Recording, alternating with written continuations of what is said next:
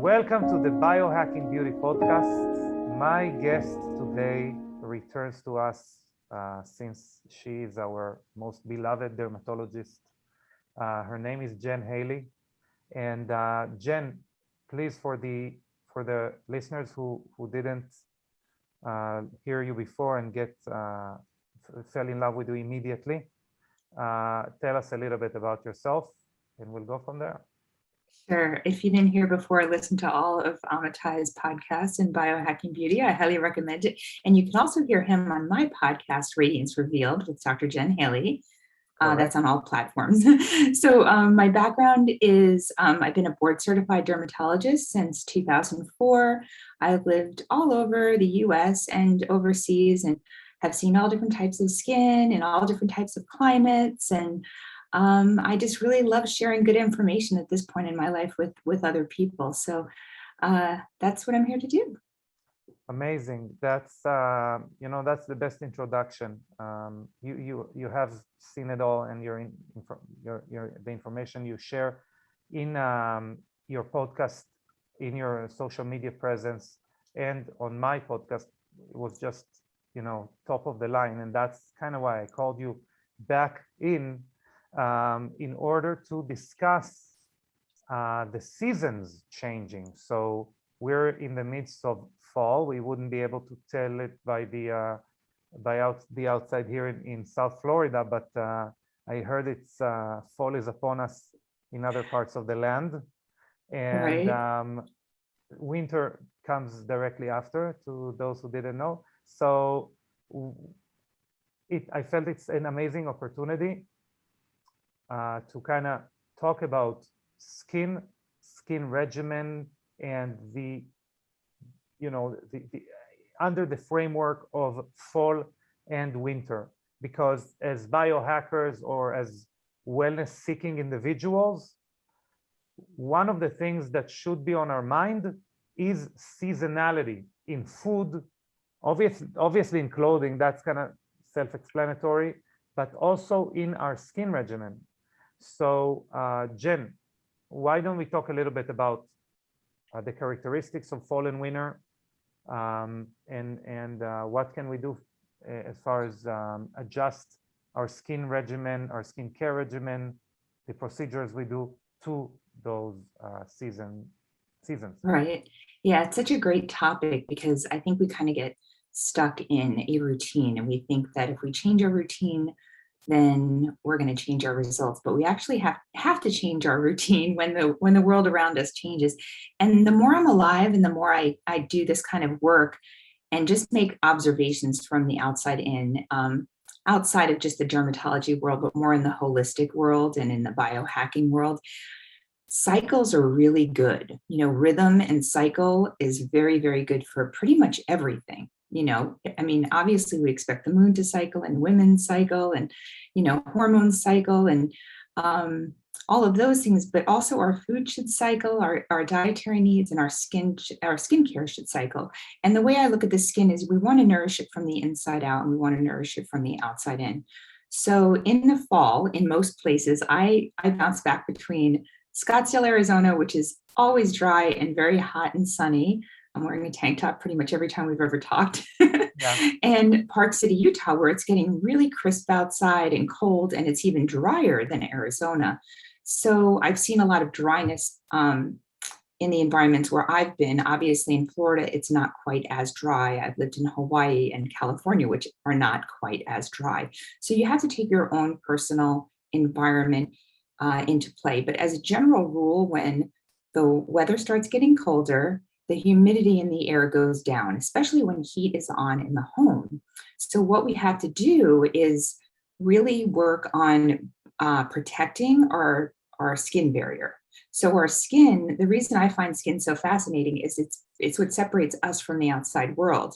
So when people get burned and have large amounts of their area of their body burned, they don't die from the burn, they die from loss of fluid, they die from infection, because our skin protects us from all the environmental toxins, all of the germs, everything out there. So when we develop cracks in our skin or compromised skin barrier, we're more prone to get a dermatitis, an allergy, an infection, all these other things. So that's why it's so important to protect the skin barrier.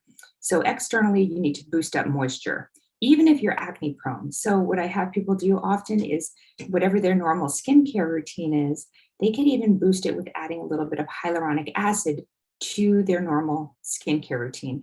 And the key is most moisturizers and hyaluronic acid work by holding in moisture more than adding moisture to the skin, especially if it's for acne prone skin, it doesn't have an oil base to it, which many people don't want an oil base and get acne prone. So, like your products, they're non-comedogenic and they're not going to add a ton of, oil to the skin. So you want to get out of the shower, maybe, wash your face while it's still damp, and then use all of the highly active ingredients to seal in the moisture while also being able to infuse the ingredients, the active ingredients into the skin.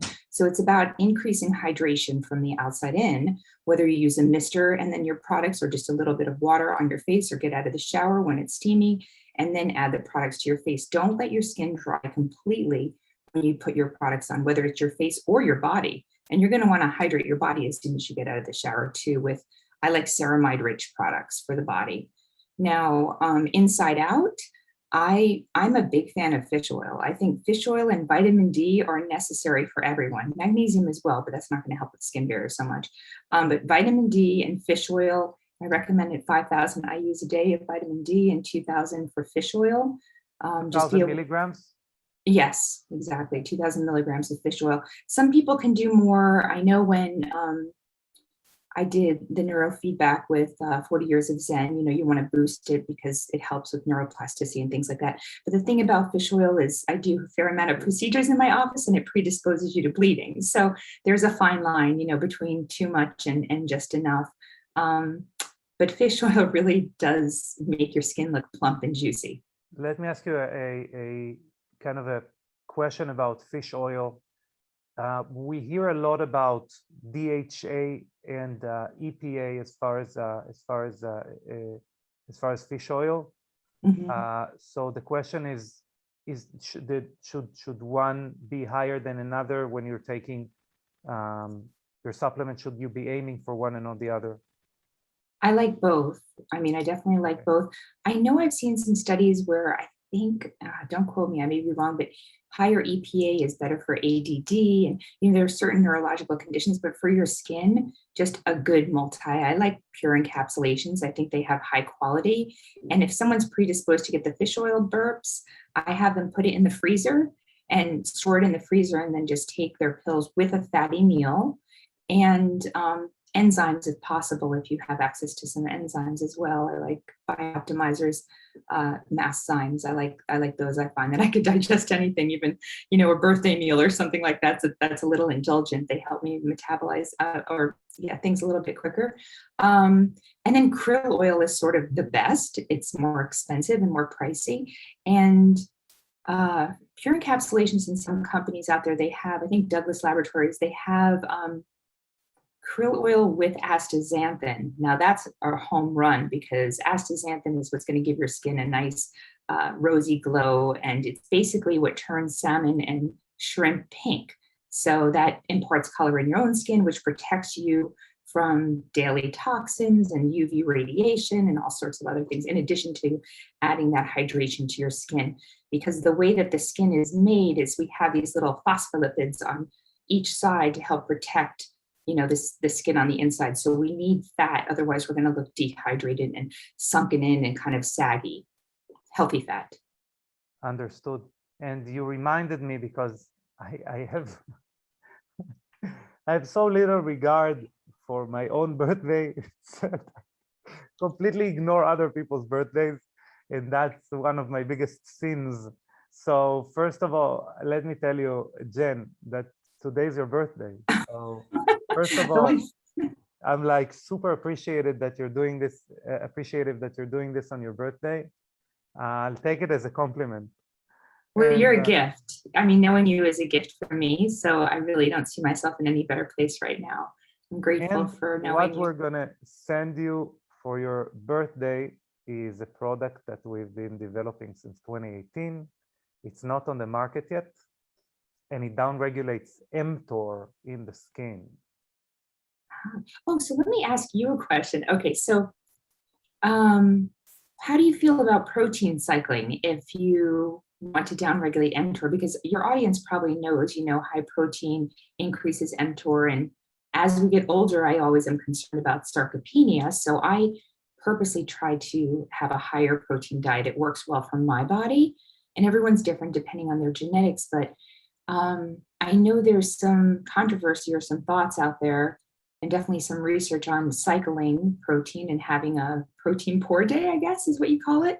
So Yeah, what do you think about that internally as well as for the skin with this new product? This sounds amazing. I'm going to tell you the meta and the macro and the micro, and that is by now, especially that I'm not a scientist per se. I think there is I think you're only giving hypotheses and predictions in this point. Right. But I'm going to tell you my hypothesis and my predictions. So firstly, mTOR is a pathway that we're going to make it super basic. The amount of amino acids we're consuming, the proteins that we're consuming, mainly the ones from red meat, are going to make that pathway more active. And this pathway is pro-aging pathway. It doesn't mean you're going to age like a pro. It means you're it basically makes you age faster. And in the skin specifically, and what we kind of track down how it affects skin aging specifically is through an expression of a protein called progerin. And the interaction or the measurement of progerin in the skin can kind of point us to the way that mTOR affects our skin aging. But back to your question, have you heard about Mark Sisson? You've Yes, of course. heard about this company. Everyone has Primal Kitchen or Primal Nutrition, but he has a new book about metabolic flexibility, and I'm obsessed with this book. I think, to me, as a person that in his head is preparing for competition every day, this is the book that hits a home run as far as describing my experience with food and what has helped me in the past. And every time you're asking me, should we practice flexibility in our diet? The answer is yes. Immediately yes, as the meme says. Immediately yes. But for the listeners, what do you mean by flexibility? I mean, I think I know what you mean by flexibility. What I mean is that when you're asking me, should I make my body, should I train my body to have a metabolism that reacts quickly to challenges or to changes in our diet? And should I be training my body to do that? The answer is immediately yes. Okay. And what I mean by that is, if you have a way to expand your body's abilities to extract energy from food, you should be doing that. If we think about the biggest epidemic in the world right now, which is the epidemic of excess, which basically means we are consuming way too much food, calories, whatever that may be, unhealthy fats, unhealthy carbohydrates than we were ever designed for, then this epidemic is because when we are presented as human beings with the choice of, not even us as human beings, our subconscious, our primal brain is facing the choice to consume fast calories that normally are existing in nature in very low quantity, but also degrade in nature very fast, such as, imagine how, apples or, fruits, how long they would last in nature. Our body is designed to consume it very fast before it's gone. And our checks and balances which exist which exist in our body that have adapted to a more abundant food such as, meat for that matter, or fats, do not really exist for carbohydrates, and we can overeat them much more readily. So we want to practice our body's ability to go from one main source of calories to another with great ease and flexibility. And when we talk about a protein poor day, yeah, it's like fasting. We should adjust our energy expenditure, the demand we put on our body when we challenge our body that way. You shouldn't be, probably, again, this is again speculation and theories, but we probably shouldn't be taxing our central nervous system with a lot of stress that day. I'm talking about lifting heavy weights or pushing yourself to the max, because the body has less building blocks to recover. Or definitely, if you have done that, the following day should be a more restful day.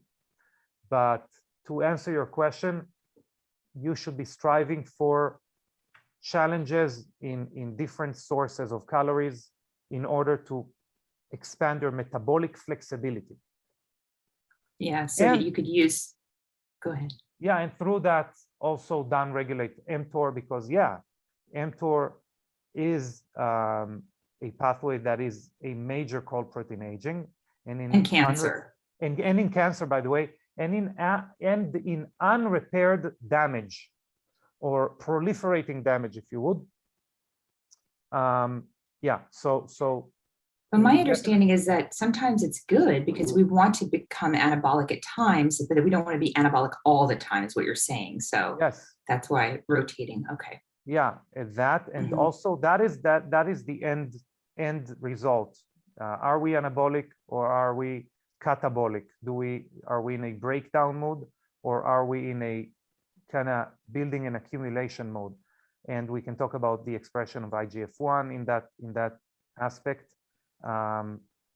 But basically, bottom line, a little bit climbing up the ladder of cascade of metabolic events.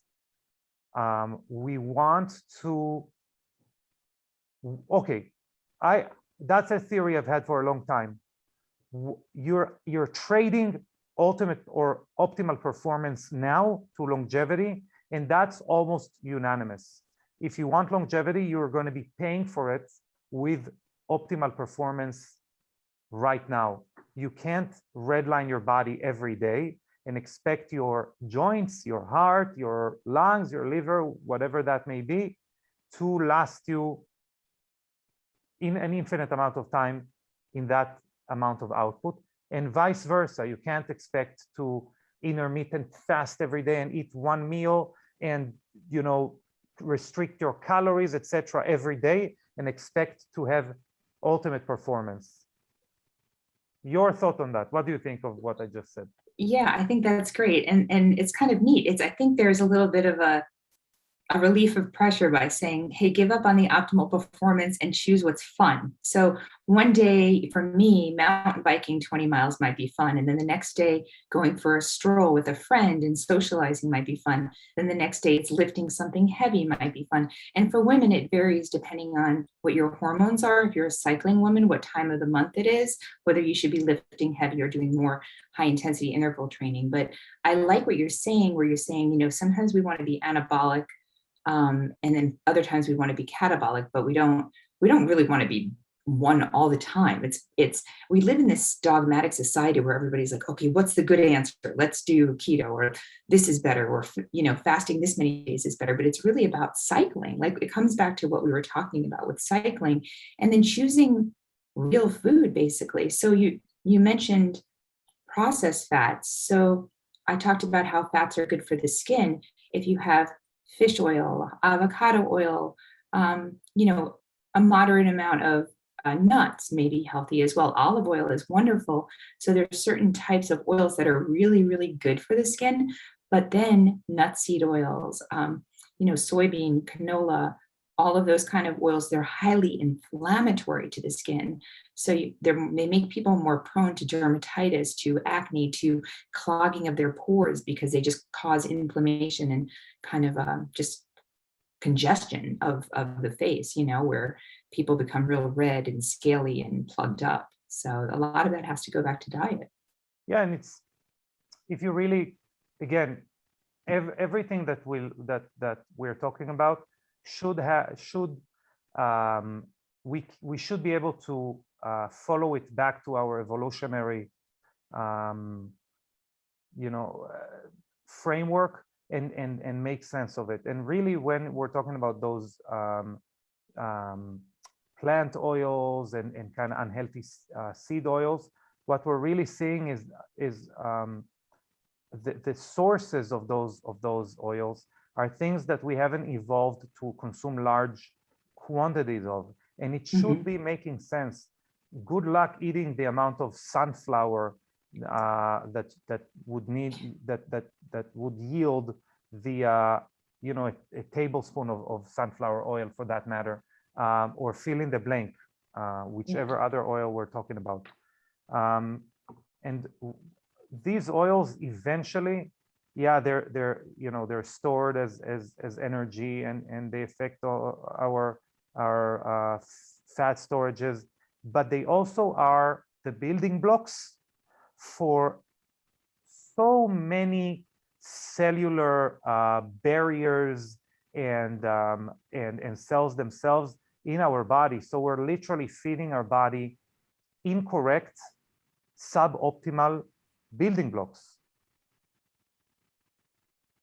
Yeah, I agree. And it's really challenging because the food guy, I wanted to say big pharma, but it's the food companies, although many are the same, right?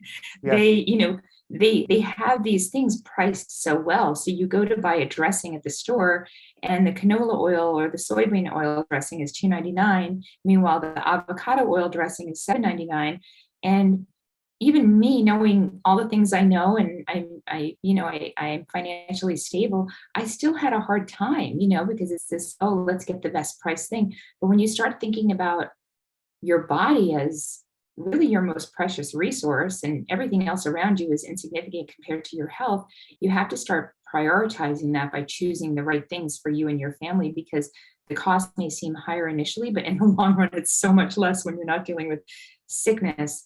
And going back to your point about gluttony, it's so easy nowadays, and we're all home and we're on the computers, and I get bored and I get hungry, and instead of cooking food, I just want to grab chips or something that's quick and easy. And well, we can talk about chips and AGEs as well, right? Like processed foods and high glycemic foods, and foods that are cooked high and hot, like charred on the grill. They form something called advanced glycation end products, and they circulate through your blood and bind to proteins everywhere in all of your vessels, but also your skin. And that's what makes skin, instead of being supple and bouncing back, it makes skin very stiff.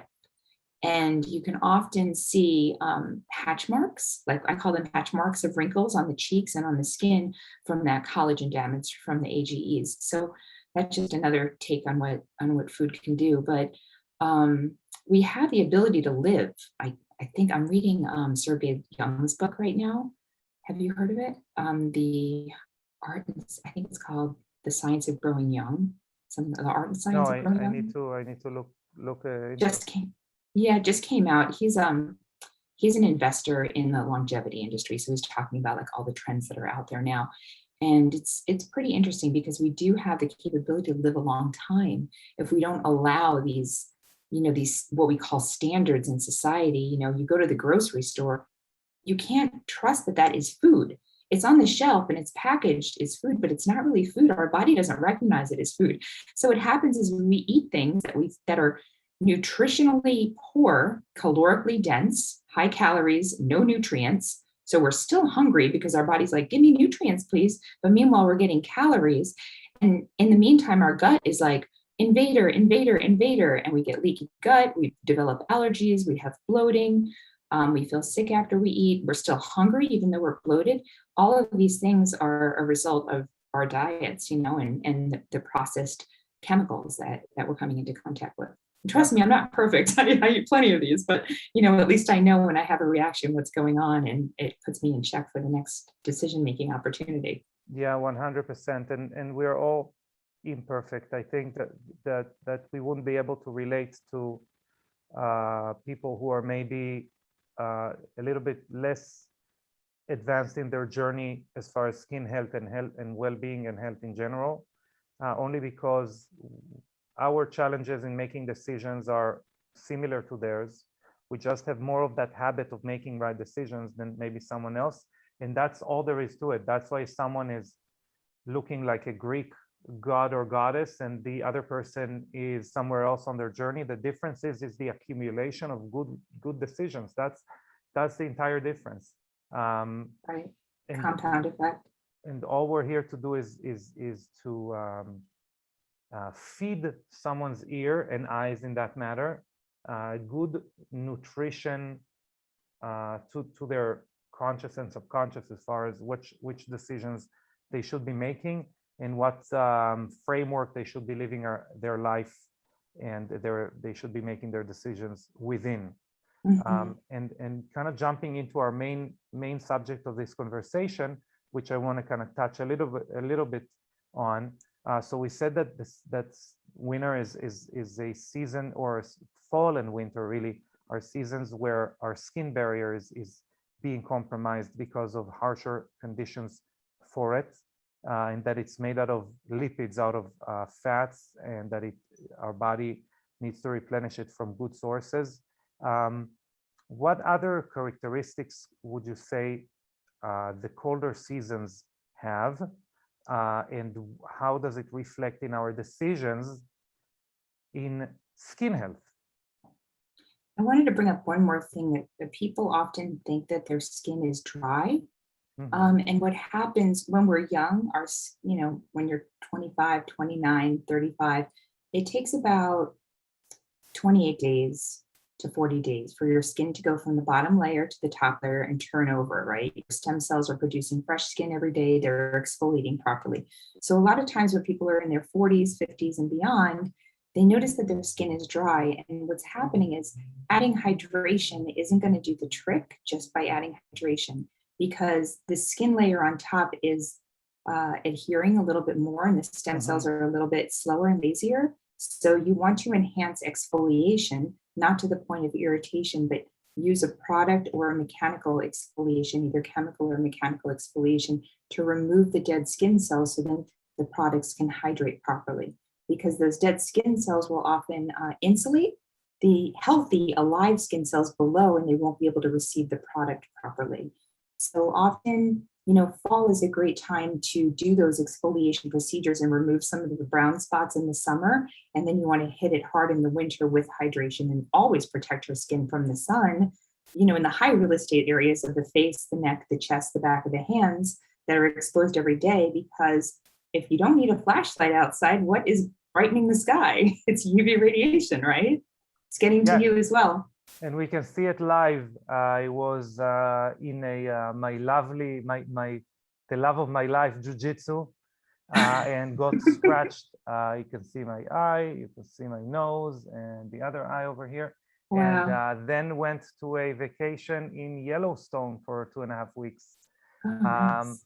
And you can see the results. So follow the journey of the Young Goose skincare products and how they would brighten it up. But for now, you can see live that even a lifetime of taking care of the skin, the sun's going to do its job, what it does best. Right. Well, and I'm a dermatologist, and I go outside every day. I mean, I'm outside 2 or 3 hours a day. So we're not preaching stay inside and don't go in the sun and don't live your life and be happy. Just be smart about it. Yes, and definitely. So what you're saying is that in the winter, because the sun is less powerful, we can kind of do those more skin sensitizing procedures, and just make sure we're shielding ourselves from the UV radiation that there is still outside, but we can be braver than in the more hot sun glowing months. exactly. And I'm not really that afraid of those. I mean, some people will say, oh, don't do it in the summer, but you see when you live in Florida, and I've lived in Hawaii and Yeah. California and Arizona, places that are always sunny, you can still do, those procedures and do some exfoliation and get results as long as you're wearing a hat and proper sunscreen and supporting your skin with the right skincare. Okay, I want to ask you, as far as obviously we're getting into the into nuances here, and as I preach a lot in the podcast, we really should attach ourselves to professionals which we hire their services, someone who would walk us through a journey and would be able to give us pointers who are correct for us specifically. But maybe as an overview, what I know you said you're not in favor of more aggressive things, but what are some of the avenues someone can take as far as renewing their skin and helping it shed that extra layer of, when you say exfoliation, when you say, mechanical or chemical, can you go over a few things that you like, maybe even things that you like more and less? Sure, sure. I am in favor of more aggressive things in the right hands. I have seen scarring. If you can't just go anywhere, the problem with some of the devices out there, the laser devices, is that regulations vary so much from state to state. And I have seen some really serious scarring when it was done in the wrong hands. And unfortunately, the consumer often believes that if someone can do the procedure, they should do the procedure.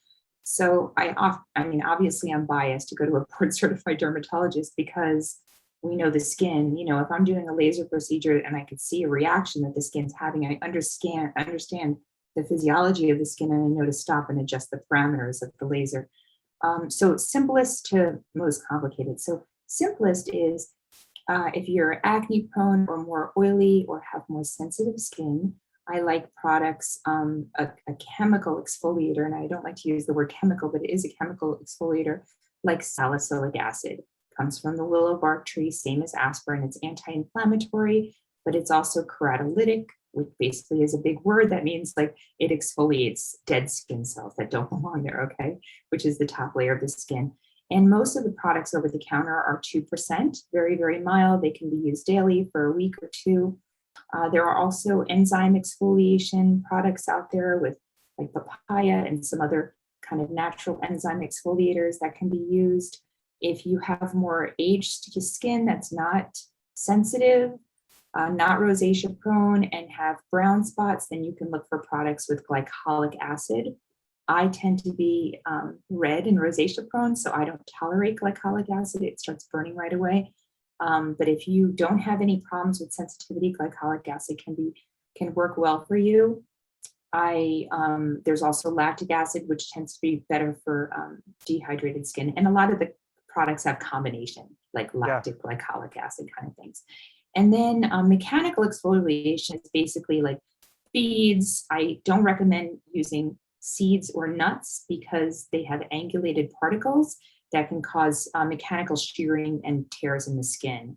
So I don't recommend a harsh, if your face is bright red after you scrub your face, it's the wrong product for you. So choosing an elegant exfoliation, there's brushes and things like that you can use just to kind of mechanically, or just grab a fresh washcloth every day and use the product with that if you don't have the money for a brush.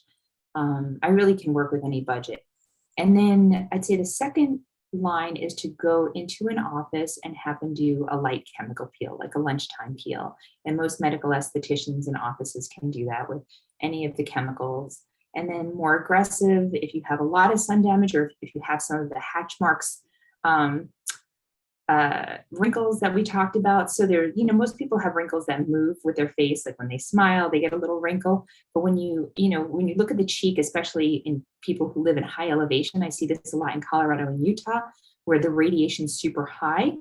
I think we increase about 3% for every 1,000 feet over sea level of the amount of UV radiation you're getting. So the collagen really breaks down. And when you're having wrinkles that don't stretch out, they kind of stay there if you stretch the skin. whether it's around the mouth or the cheeks, then you need a resurfacing laser, like a deeper laser, like a CO2 or one of the more ablative lasers where you kind of just stay inside for a week or two afterwards. Mhm. So that's, and that you definitely want to do in the hands of someone and have the appropriate aftercare as well. Definitely. And so a little bit of an angle, something I've been experimenting with recently and seems to be effective. We're not going to be doing with it anything as a company for a while, just because of patents involved and where it is in our pipeline. But people should be looking at if they did do something that's a little bit more aggressive and then they expect their body to create collagen well, people should be looking at the peptide BPC-157. I was going to say GHKCU. That's another Okay, peptide I GHKCU. like. That's you know what? Thank you for saying that, because that would have been a shameless plug if I just have said it myself, because Oh, really? we're talking about glycation and its effect on the skin, how it does cause that rigidness, that thinning as well, but rigidness of the skin tissue. And when we designed our eye cream, the premise behind the eye cream was negating glycation. And GHKCU, which is the star ingredient in our eye cream, was definitely chosen aside, together with a few other peptides that we've developed in order to achieve that goal. I love peptides. So are you talking with the BPC 157? Are you talking about topical cream or injectable? So topical cream, there is a company, it's called Pure. They changed their name, but people can look at like liquid stable BPC 157 serum. I haven't seen any proof that it is transdermal or that it would penetrate the skin. So yeah, I'm just, until we have that information, I wouldn't be going for that. It's also expensive. But what I would, look at are products that are supplements that have BPC 157, or if people can get it. I know it's a little problematic right now, but if people want to get it prescribed by their doctor for them to inject it into their abdomen, into the fat in the abdomen, subcutaneous fat in the abdomen, with syringes, the same syringes you would be using for insulin, that can happen too. Just because of the ease of it and how we can talk about the pros and cons, but I think more people would prefer starting with a supplement, and that's available. I know a few companies that make supplements, of course. Tailor-Made Health. Yeah, that's who I use. Yeah, the big guru of peptide formulation. I can't get injectables from them anymore though, but I get they have they call it Infinity Health now. It's Infinity Health instead of Tailor-Made. Really? Yeah, not so the pills are Infinity INFINI Health. And I don't know if you need a prescription or not for them. I don't think you do. I don't think you do. But yeah, I think they have like a just to give another option. I am going to look for this. It's called Pure. But I like GHKCU also in an injectable form, and then the BPC 157 is great for well, orally, it's great if you have stomach issues like reflux and things like that. And then injectably, it works really well for like musculoskeletal issues and tendon healing and stuff. 100%. So it's very interesting. This peptide was isolated. So a peptide, if I want to explain, give it an elevator pitch to why people should be looking at peptides. The peptides are really the body's kind of command messengers. Yes. The body's messenger, the ways that we can kind of biomodulate, and BPC 157 is actually isolated from gut bile. So when gut bile kind of damages gut lining, that is the peptide that is being expressed in order to repair that layer. So yeah, if we're going to ingest it, most of it is going to stay in the gut. But the benefits, like anti-inflammatory benefits, some of it is going to go systemically. So we can start with that, but injecting it into our subcutaneous fat, it is going systemically and kind of improving collagen deposition, among other things, among reducing inflammation. So if anyone's doing more ablative procedures, maybe they can look at that option as far as supporting that and healing faster, etc. So yeah. I do have to tell you, like, be careful when you do procedures of just putting anything on your face, because I do all sorts of crazy things to myself. And I did a microneedling procedure to my face, and I had some GHKCU from TaylorMade. This was like 2 or 3 years ago. It wasn't your products. And I put it on my face immediately after, thinking it would help. And it formed little nodules all over my face for about 2 months. Wow. So sometimes the particles can get trapped into the little microchannels and cause some sort of an inflammation or an irritation or even a granuloma kind of response. So yeah, yeah. 100%. And keeping the product GHKCU stable within the liquid, making sure it gets to your skin in its right form, and making sure it gets absorbed well into the skin and gets dispersed well into the skin is an art in itself. And as manufacturers, I think that's a good point. Yeah. Yeah, that's a really good point. I mean, as someone who creates these products, like, not all products are created equal. Just because it says it has some ingredient in it, you kind of get what you pay for. So, Yeah. I mean, the formulation is everything. If it's not going to get to where it needs to be in the skin, then there's no point of even using it. Couldn't agree more. Jen, what, you are the, you're a very busy person. You have also a birthday today, so we can't rob the world of your presence for much longer. Do me a favor, if you have any other tips that you feel are imperative to share, great. If do you have anything else that you feel is important? Okay. Yes. I'm just going to summarize. So hydrate, make sure that there's water on your skin before you seal it in. Actives always go first, moisturizer second, in order to kind of trap and seal it in so the actives can get deeper in the skin. Look for healthy fats, avoid processed food, avoid nut seed oils that we mentioned. Limit sugar, because when you have high sugar going through your body, it's really going to just make your skin look bad. That's all I'm going to say about that. I'm not a huge fan of dairy. I feel like dairy is very inflammatory and it causes a lot of breakouts on people. Whey protein, I've seen hit or miss on people because it can raise insulin-like growth factor and cause some breakouts in people. I personally tolerate it fine. Some people don't. So if you're acne prone, avoid that. When you're showering in the winter, make sure you put a ceramide-rich moisturizing cream on your body. Lotions evaporate. They sometimes have alcohol and they dry you out. You always want a cream on the body. And I know there was something else I was going to say. Oh, and then the exfoliation. We talked about the exfoliation. And then I think exercise is essential for healthy skin. You have to have muscle mass and healthy bones for your skin to sit on.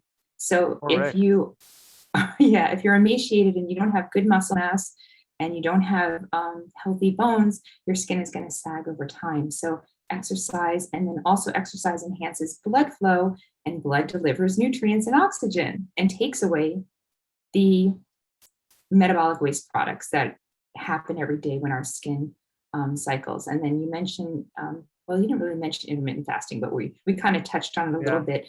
Intermittent fasting gives your body a chance to clean out the garbage and look refreshed and renewed. So huge fan of that, whether you like to do 24 hours or brave enough to do 72 or autophagy peaks, or if you just want to do time restricted eating. For women, it's best done in the first couple of weeks of their cycle, really weeks 2 and 3. Week 2 is a great time to lift heavy and do some time restricted eating of like 16-hour fast and 8-hour window, but 12 hours is easy to do most of the time without throwing off cortisol. Wow, Jen, I think we can have an amazing podcast looking at the relationship between, in women, hormones, skin, you know, and adjunct endeavors such as intermittent fasting, lifting, and kind of creating a circuit, or whatever you want to call it, some kind of Circadian, cycle. like our own Yeah, circadian rhythm yeah, thing. kind of interacting with our circadian and our lunar rhythm, whatever you want to call it. Right. You know, it's interesting because when women are in nature, they actually tend to cycle with either the full moon or the new moon, you know? So it's really interesting to me. It is. So Jen, thank you so much. You are this podcast idol. We adore you, and I don't know. There are not enough superlatives to say how much we appreciate your time. We wish you a happy birthday. You are an amazing person. You are definitely embodying what this podcast is about, which is about health radiating from within and showing through our skin. Another favor I want to ask you: where can people feed their ears with your lovely information diet, and how can they follow you? And of course, everything is going to be in the description anyway, but if you could detail. Oh, thank you. You know, it's funny because I always get a little nervous talking to you because you're so smart. I almost feel like I'm getting tested. Whatever I know, you know, on like 20 deeper levels. So it's always really fun talking to you. I have been very lazy. I have to tell everyone. I spent the summer in Park City just enjoying the mountains and taking some time to myself. So my podcast was on hold. It's starting up again. And we're going to do some really interesting topics on sex and brain health and kind of just all over the spectrum. And I definitely want to have you back on talking about this new product because that's exciting. And, you know, just the the physiology behind mTOR and bring that to light and people and why it's so important to know about it. But my podcast, it's on all the platforms. It's called Radiance Revealed. And I'm on Instagram, just at Dr. Jen Haley. And those are probably the two best places. I do telemedicine consultations in 22 states, including Florida, through a platform called Dermatologist on Call. And I try to incorporate a holistic approach along with, you know, some medical approaches as well, some more traditional stuff until the lifestyle stuff kicks in. And then we let that take over. Amen. Jen, again, happy birthday. Thank you. You are a gift to the world. We will send you a gift. And we love you. And go enjoy this day. I wish you many more years of looking as amazing as you look and affecting the world with your amazing knowledge. Thanks so much. Thank you so much, Jen. Thank you. I always love being. Thank you.